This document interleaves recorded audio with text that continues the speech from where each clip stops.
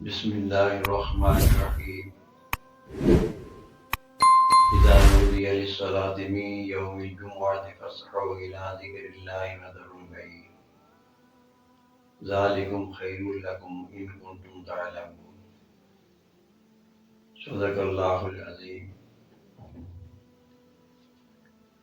معزز سامعین و ناظرین حضرات، اللہ تبارک و تعالیٰ نے اس آیت مبارکہ میں جمعۃ المبارک کے متعلق فرمایا ہے، جمعے کی فضیلت، جمعے کا مقام، کہ جو انسان جمعے کو ادا کرتا ہے اللہ تعالیٰ اس کے مقام کو کس طرح بلند، اور وہ انسان کس طرح اللہ کا مکرم بن جاتا ہے۔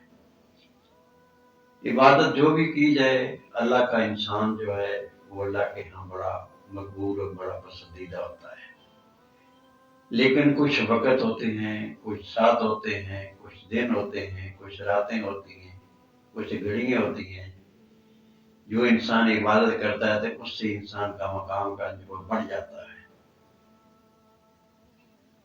وہ عبادت جو ہے کئی درجے زیادہ بلند ہو جاتی ہے، اور وہی عبادت انسان کے گناہوں کو مٹا دیتی ہے اور اس کی نیکیوں کو بلند کر دیتی ہے۔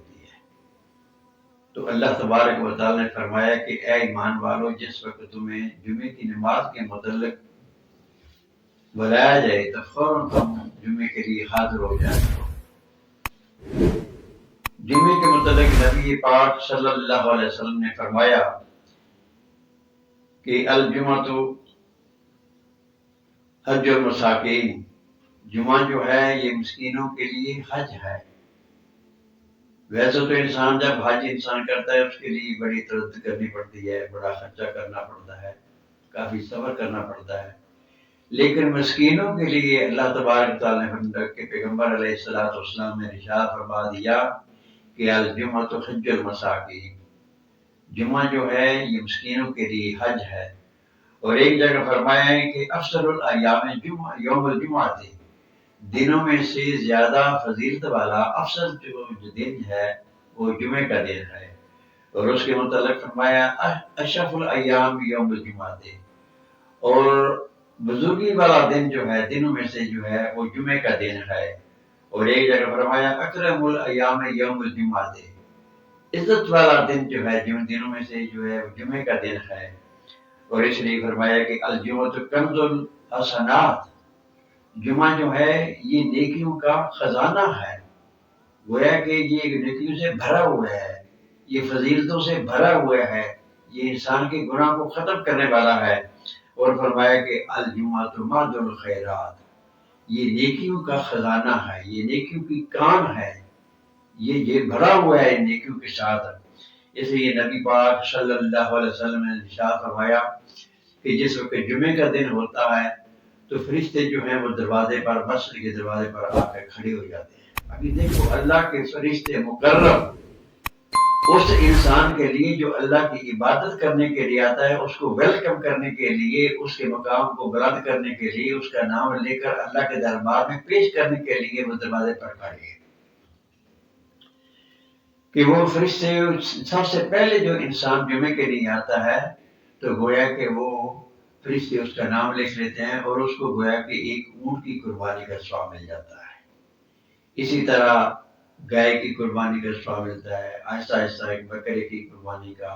گویا کہ یہ فرمایا کہ جمعے والا دن جو ہے یہ بڑی رحمتوں والا اور بڑی برکتوں والا دن ہے۔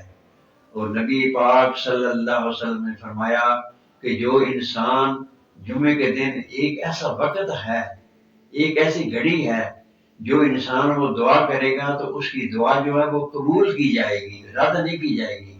اور وہ وقت کون سا ہے؟ وہ کہتا ہے کہ جس وقت امام خطبے کے لیے کھڑا ہوتا ہے اس وقت سے لے کر اس کی نماز تک، بعض جگہ حدیثوں میں آتا ہے کہ عصر کے وقت تک، یعنی اس کا وہ ٹائم ہے۔ یعنی اگر انسان اس وقت جو بھی وہ دعا کرے گا، یعنی اپنی رحمت کے لیے، اپنی بخشش کے لیے، اپنے گناہوں کو کفارے کے لیے، یا اپنی کوئی حاجت بھی ہو اس کے لیے، غلط کام کے لیے نہیں، نیکی کے کام کے لیے جو بھی دعا کرے گا اللہ تبارک و تعالیٰ اس کی دعا کو قبول فرمائیں گے۔ تو اس لیے یہ مہینہ جو ابھی آ رہا ہے ویسے تو پورا سال جو ہے یہ جمعے کے دن ہیں، جمعے کے دن آتے ہیں، وہ رحمت اور برکت والے ہیں۔ جس طرح فرمایا کہ انا انزلناہ فی لیلۃ القدر، یہ رات جو ہے وہ ایک بڑی قدر والی رحمت والی رات ہے۔ اس طرح فرمایا کہ یہ اس مہینے کے اندر جو جمعے کے دن جو ہیں یہ بڑی فضیلت اور رحمت والے ہیں۔ اس لیے ہمیں چاہیے کہ خاص طور پر ہم روزہ بھی رکھیں اور اہتمام کر کے قرآن مجید کی تلاوت بھی کریں اور جمعے کا اہتمام بھی کریں۔ اللہ تبارک و تعالیٰ ہم